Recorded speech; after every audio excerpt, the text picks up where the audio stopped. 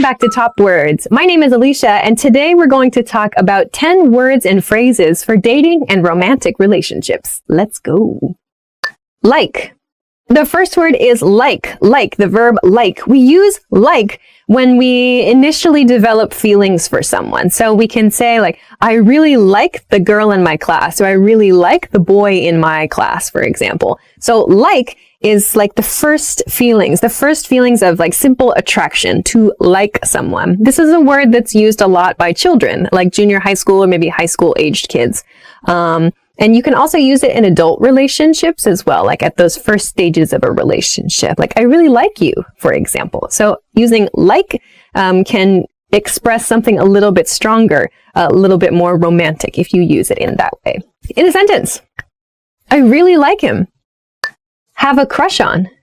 The next word is have a crush on someone. To have a crush on someone. So to have a crush on someone, this is usually used by like teenagers. It's kind of a young people word. So to have a crush on someone means you have a really strong attraction to someone, but maybe you don't know them very well yet, or you haven't had a chance to speak with them a lot yet. So this is something like if you regularly see someone like at your workplace or at like another event or at school, and maybe you think they're physically really attractive, or maybe you've heard them speaking before and you think they're attractive. There's something about them that really, really strongly interests you, but maybe you don't know them very well yet. You can say, I have a crush on that person. Like, I have a crush on him, or I have a crush on her. Like, you don't really know them so well, but you really, really are interested in them. That's called a crush, a crush. In a sentence, do you have a crush on your coworker? Love. The next word is love, love. So love, at least in American English, we tend to use in more serious situations. So it's beyond a crush. It's beyond like. Love is a more serious word that we use, usually when we have known someone for a long time, or we have just like this very, very strong and deep attraction to a person. So we can say, I love you, or like, do you love me? That kind of thing. We can say that, but it has kind of like a serious implication. There's a very serious sort of nuance behind the word love. So love is stronger than like or crush, and it has like a serious feeling about it. We can also use the word love for our friends and our family members too, but the same nuance of like a strong and serious connection remains. When you use it with your friends and your family members, though, it doesn't mean romantically. It just means you have a like that very close bond with that person. Like, I love you guys, for example, with your friends is a very common phrase. But saying I love you to your partner is quite strong. So please use this phrase with caution and care. In a sentence, I think you should tell her you love her. Date. The next word is date. Date. So to date someone means that you meet someone regularly in like a romantic way. So traditionally, like dates could be like dinner and a movie, or going out for coffee together, or enjoying dinner together, going to the park or the beach, or maybe traveling somewhere. So a date is time with only the two of you to get to know each other, and to get to know each other more romantically. So we can use the word date a little bit loosely. If I say, for example, I'm going on a date with my girlfriends today, girlfriends in the plural, it means I'm going out for a fun afternoon maybe, or a fun evening with the women in my life who are closest to me, very close to me, my girlfriends. So my close girlfriends. So we can use the word date for friends as well. But if you say like, I'm going on a date with my boyfriend, or I'm going on a date with my wife, it sounds like intimate time for the two of you to be together. A date. A date can be used as a noun, and we can use it as a verb. Like, how long have you been dating? In a sentence, we've been dating for about 6 months. See. The next word is see. See. This is an important word, at least in American English, because it means to be in a relationship with someone.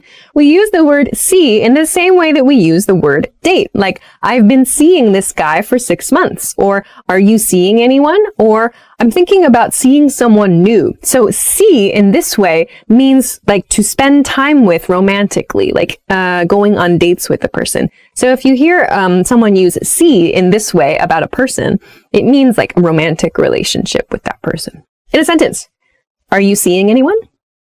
Exclusive.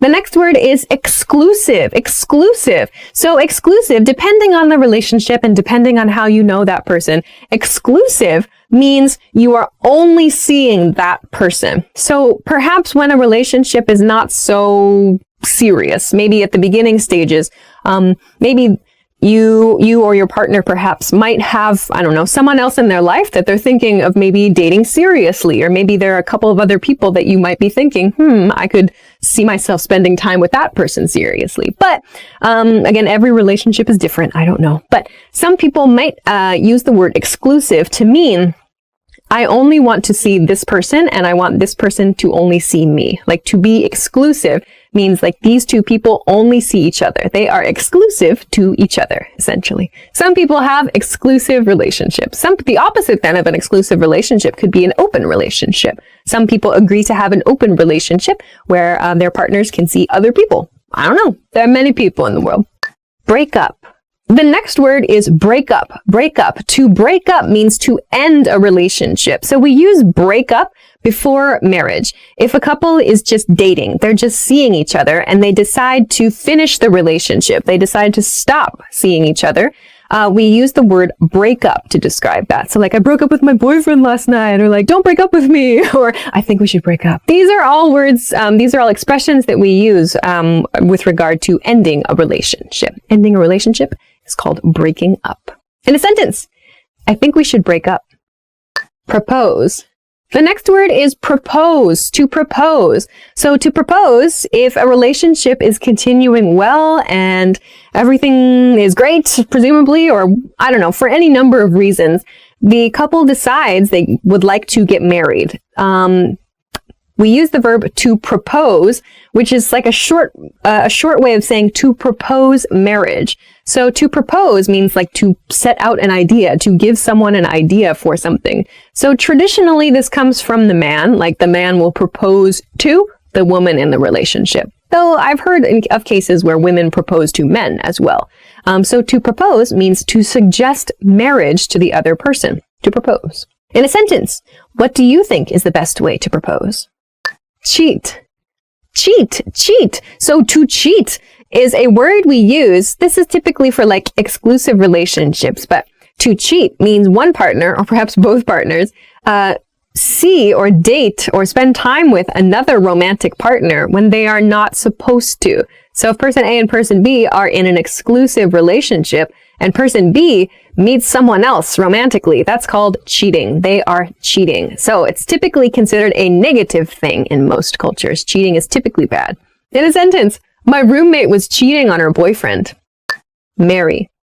The last word, the next word is marry. Marry. So to marry, or you might also hear to get married. We use both of these to refer to that ceremony where the couple decides they're going to spend forever together and legally they become a family. So please be careful. We don't say get married with someone. Sometimes I hear students say this. We don't say, I want to get married with, or my brother got married with. We use the preposition to. So, my brother got married to his high school girlfriend. That's true.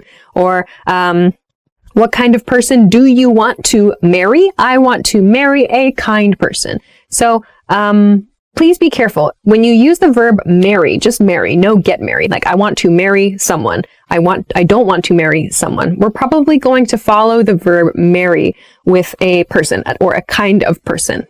If we're saying I want to get married, we'll follow it with to, the preposition to, and then the extra information. So I want to get married to a certain kind of person. You can also describe the location of like a wedding. Like I want to get married in a church. I want to get married on the beach. So keep in mind there's some variation. There are many different ways we can use marry and get married. But those are just a couple points. In a sentence, my friend has finally decided to marry his longtime girlfriend.